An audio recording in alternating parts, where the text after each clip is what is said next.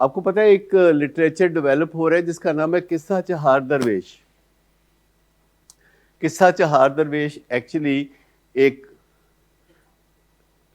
کتاب ہے جو کہ ایک بہت اچھے مشہور رائٹر بعد میں ہو گئے جنہوں نے یہ لکھی تھی. اس کا نام تھا میر امن دہلوی. اور فورٹ ولیم کالج انگریزوں نے بنایا تھا انگریزوں کو اردو سکھانے کے لیے تاکہ وہ ہم پہ حکمرانی مستقل کرتے رہیں. اور انہوں نے میر امن دہلوی کو کہا کہ ایسی کوئی کہانی لکھو کہ انگریز بر صغیر کے سحر میں پھنس کے رہ جائے.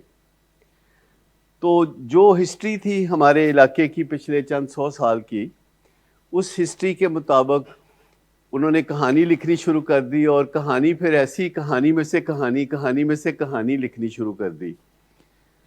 کہانی عموماً ہوتی ہے جہاں ہم کہتے ہیں کہ ایک تھا بادشاہ، یا اس طرح پھر اس کے حوالے سے ہوتا ہے کہ ایک تھا شہزادہ.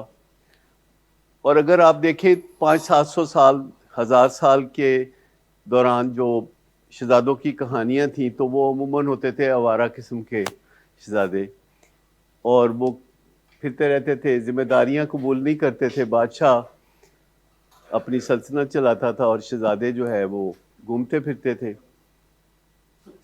گھومتے پھرتے ہوئے ان کو کوئی نہ کوئی شہزادی نظر آ جاتی تھی، اور اس شہزادی پہ پھر وہ ان کا عاشق ہونا لازمی تھا، اور شہزادی کا آگے سے نخرہ کرنا لازمی تھا. شہزادی کا کہ اتنی شرطیں رکھ دی.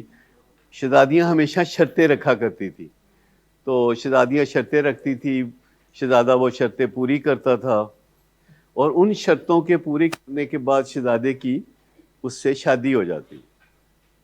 اب جب شادی ہوتی تھی تو پھر کیا ہوتا تھا؟ نہیں، پھر یہ ہوتا تھا کہ وہ شہزادی ویسی نظر نہیں آتی تھی جیسے پہلے نظر آتی تھی، کیونکہ دور کی نظر اور نزدیک کی نظر کا فرق ہوتا ہے. تو پھر وہ ایسے ہی نکتہ چینیاں کرتا تھا. شہزادہ شہزادی پہ نکتہ چینیاں کرتا تھا، اور شہزادی جز بز ہوتی تھی، اور پھر شہزادہ توہین کرتا تھا، اور پھر شہزادی کہتی تھی کہ میں کی پایا تیرے نال بیاہ کر کے، تے میرے تے نصیب ہی خراب ہو گئے. تو شہزادہ پھر اپنے آپ کو دفاع کرتا تھا کہ نہیں، میں نے تو تمہیں بہت خوش رکھا ہوا ہے، میں تو چاہتا ہوں تم خوش رہو، تم خوش ہی نہیں رہتی. اور پھر شہزادی مزید حملے کرتی کہ نہیں تم تو ہو ہی نہیں اچھے.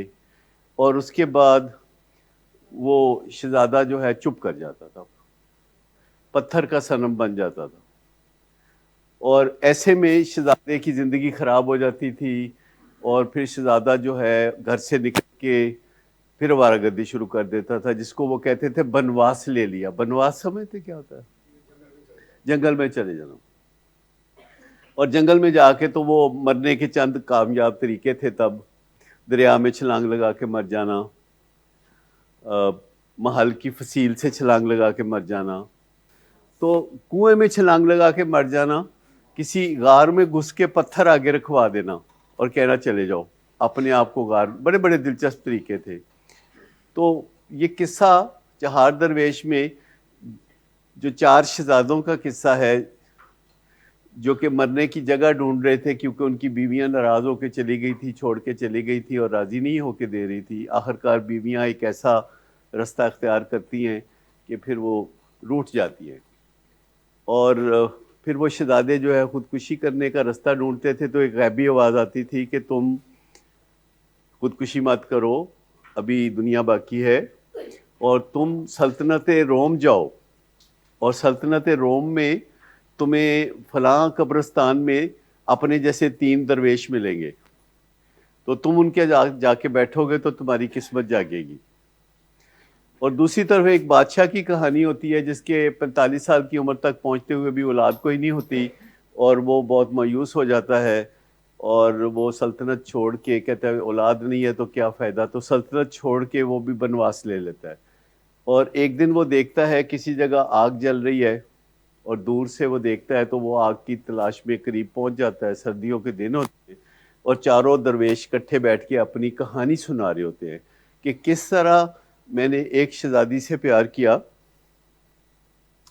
اور اس کی شرطیں مانی اور اس کو اپنے دل کی ملکہ بنایا، اور پھر کس طرح ہم دونوں نے مل جل کے آپس کے اس تعلق کا بیڑا غرق کیا، اور پھر وہ مجھ سے روٹھ گئی اور چھوڑ گئی، اور پھر میں چلا گیا جنگل میں، اور پھر مجھے خودکشی کا خیال آیا، اور مجھے ایک غیبی آواز نے کہا کہ فلاں جگہ جاؤ، وہاں تمہارے جیسے اور بھی ہیں۔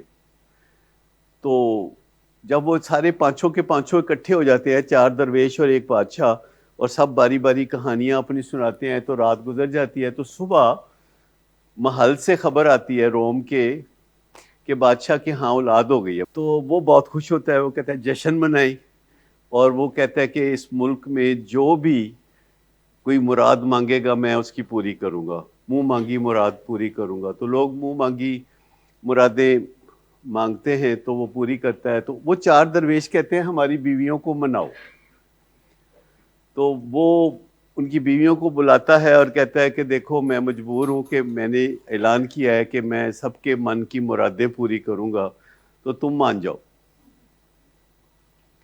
اور ان کو کوئی لالچ لولچ دے کے تو وہ سب کو مجبور کر دیتا ہے کہ وہ راضی ہو جائے اپنے شہزادوں کے ساتھ، اور پھر وہ ہنسی خوشی رہنے لگتے ہیں۔ ہر کہانی میں ایسا ہوتا ہے نا، پھر وہ ہنسی خوشی رہنے لگے، تو پھر وہ ہنسی خوشی۔ اچھا، یہ اس کا پری فیس ہے، کتاب کا پری فیس ہے۔